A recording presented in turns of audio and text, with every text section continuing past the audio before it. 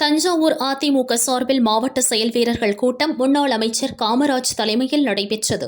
அதைத் தொடர்ந்து அவர் செய்தியாளர்களை சந்தித்தார். இங்க இருக்கிற யார் வேண்டுமானாலும் எந்த பதவிக்கு வர முடியும். உழைத்தால், கடுமையாக உழைத்தால் இங்க இருக்கிற யார் வேண்டுமானாலும் எந்த பதவிக்கு வர முடியும். ஒட்டுமொத்த அதிமுகவுக்கே ஒரு வரலாறு என்ன என்று சொன்னால், ஒரு கிளை செயலாளர் அதிமுகவிலே பொதுச் செயலாளர் வர முடியும்.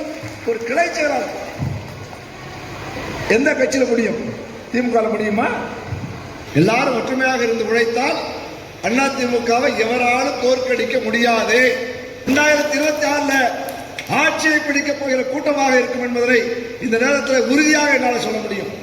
ஏனென்று சொன்னால், திமுக ஆட்சி இன்றைக்கு அவ்வளவு மோசமாக நடந்து கொண்டிருக்கிறது. மக்கள் எப்பொழுது இந்த ஆட்சி போக வேண்டும் என்கிறார்கள். இது அதிமுக இது அடிமை கட்சி, அதிமுக அடிமையாக போய்விட்டது, அதிமுக தனித்தன்மை இல்லை என்று சொன்னார்களே. இன்னைக்கு அதிமுக தனியாக நின்று தமிழகத்தில் அதிமுக என்றைக்கும் தனிப்பெரும் கட்சி என்பதை நிரூபித்திருக்கிறது.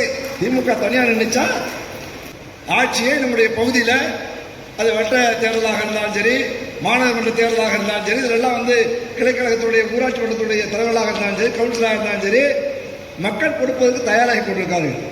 அதை நாம் வாங்கிக் கொள்வதற்கு தயாராக இருக்க வேண்டும். அது நம்ம ஒற்றுமையோடு உழைக்க வேண்டும், கடுமையாக உழைக்க வேண்டும்.